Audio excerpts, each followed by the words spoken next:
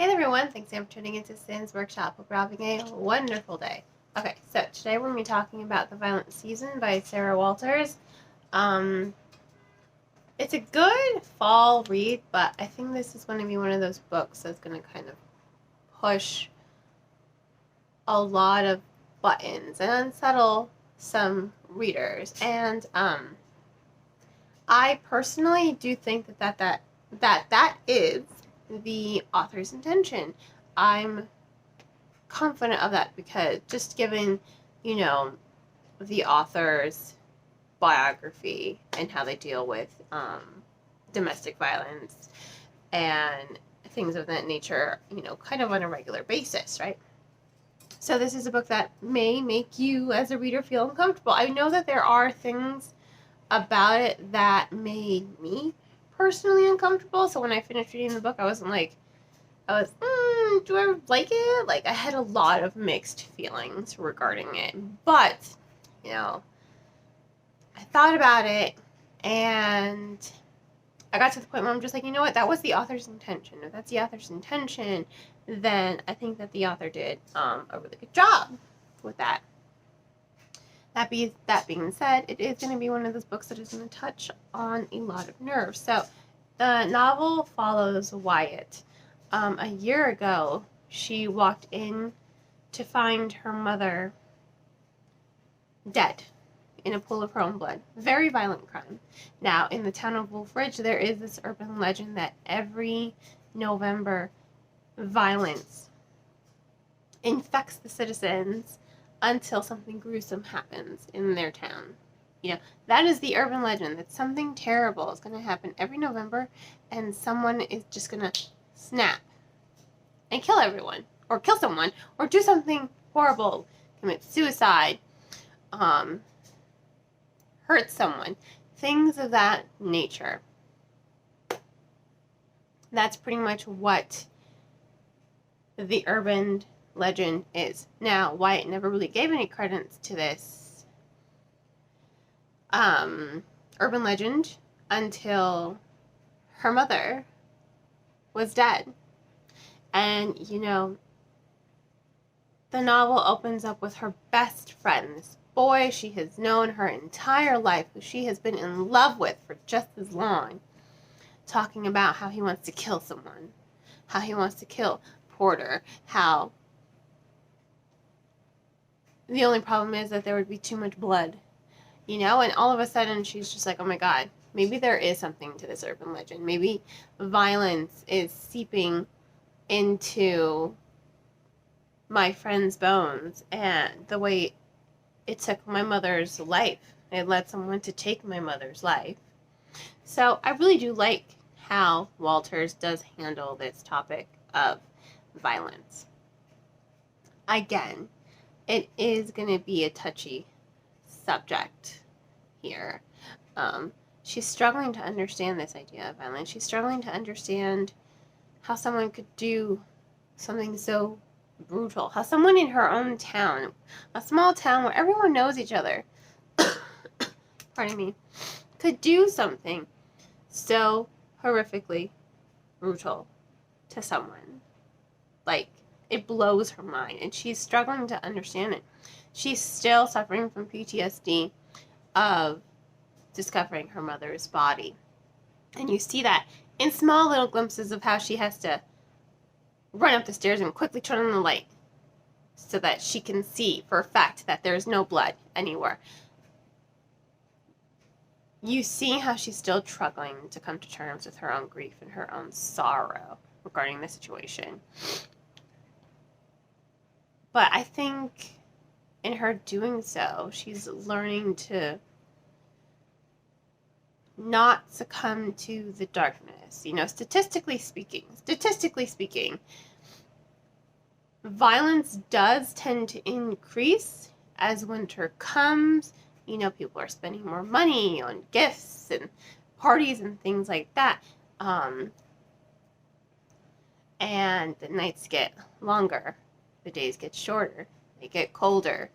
So it's almost like this brittleness from this external brittleness is just seeping into our bones.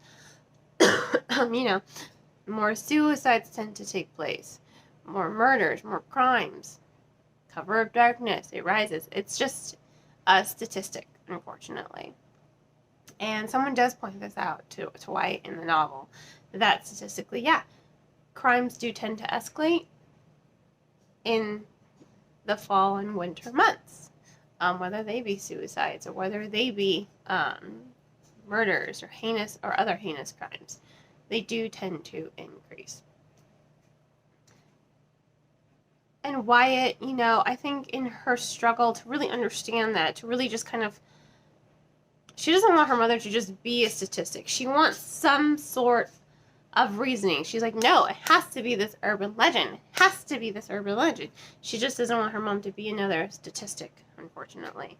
Like, there's nothing supernatural going on in the town of Wolfridge. It just is statistics, basically. But I do like how Walters kind of handles this idea of violence and how you can see it with both Cash and Wyatt. You see how they've both lost mothers. They have. These are two characters that have both lost mothers, but the way that they deal with it is different. Cash let the town's urban legend, he let this town kind of warp him. He let that bitterness seep in and kind of like take control of his soul and warp him. And he let the darkness in. And he fed it. He let it fester. And he let it fed it. He fed it. And then you have Wyatt. And she doesn't want this darkness to fester. She wants to solve her mother's murder. She wants to... She doesn't want to live in the darkness. It's a choice. And I think that's another thing about this story. Violence is a choice. It is a choice. Everything we do is a choice, right? We don't always like to see it that way or acknowledge it, but it is a choice.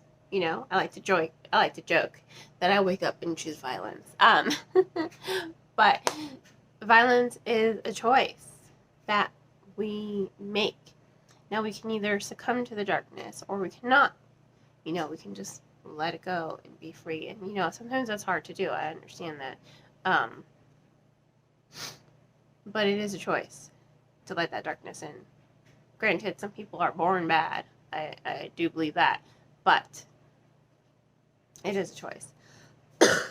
Pardon me.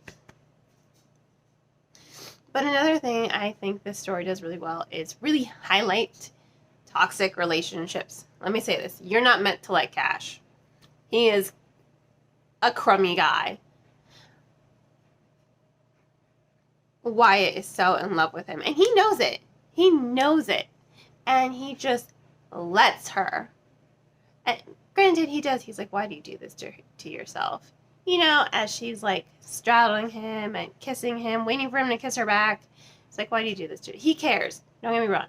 On some level, he does care about her, but he is a despicable human being. All he cares about, and you see it slowly develop throughout the course of the novel. You see it so very slowly.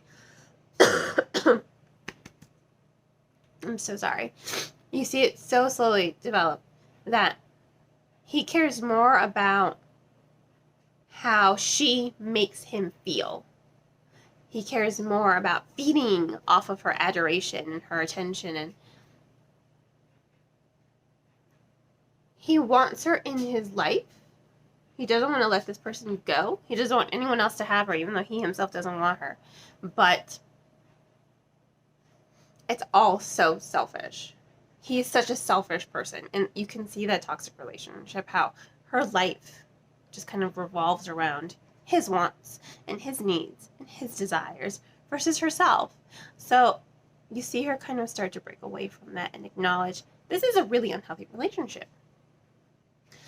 It's a really unhealthy relationship, and Cash is not a good guy. You're not meant to like him.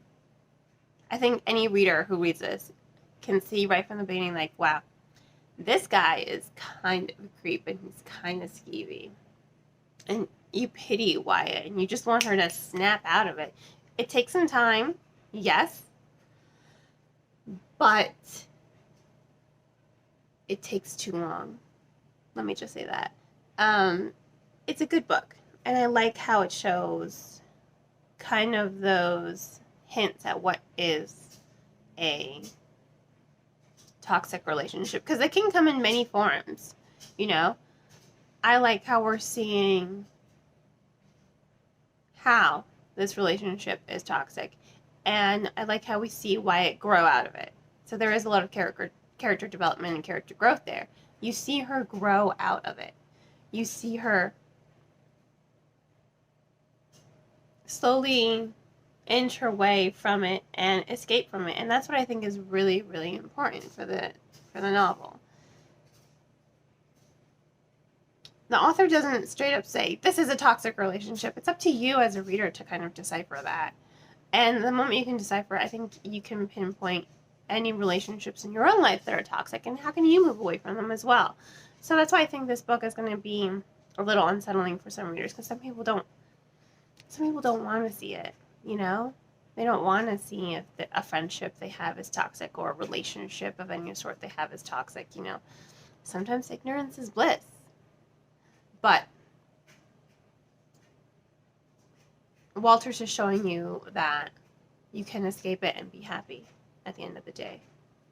You can be happy. It's a choice. Just like violence is a choice. Your happiness is a choice. And if you're in a toxic situation, are you really happy? Because you are important. You are important. And that's what Walters is reminding you as readers, that your needs and your wants are just as important as someone else's needs and their wants. Yes, always respect someone, but never cross that line to be in this sort of toxic environment, toxic situation, because then it's not going to be good for you mentally, emotionally, physically. It's just not going to be good. And it wasn't good for Wyatt. So I think for me, I really liked seeing Wyatt escape from that situation. I personally did. I thought it was really well done how Walters highlights and talks about this topic of violence, while also highlighting and showing what a toxic relationship looks like. So, on that note, I will give this book 4 out of 5 stars. When I finished reading it, it was a 3. But now that I've sat and thought about it, and I'm like, you know what? The author did what they intended to do. Is it a little uncomfortable to read at times? Yes. But it's important, if you get what I mean. It's important because it opens your eyes as a reader to bigger things, you know, and it is open for discussion, obviously. All books are. So I ended up really liking it, and it's a book that I can sit down and, you know, it makes me think, you know, and I like books that make you think.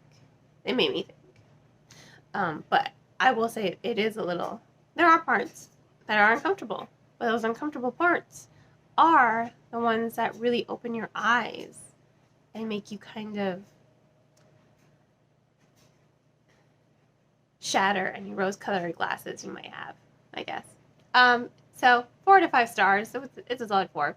If you want to purchase the book, please remember to purchase from a local bookseller or online book retailer. I will include links in the description below.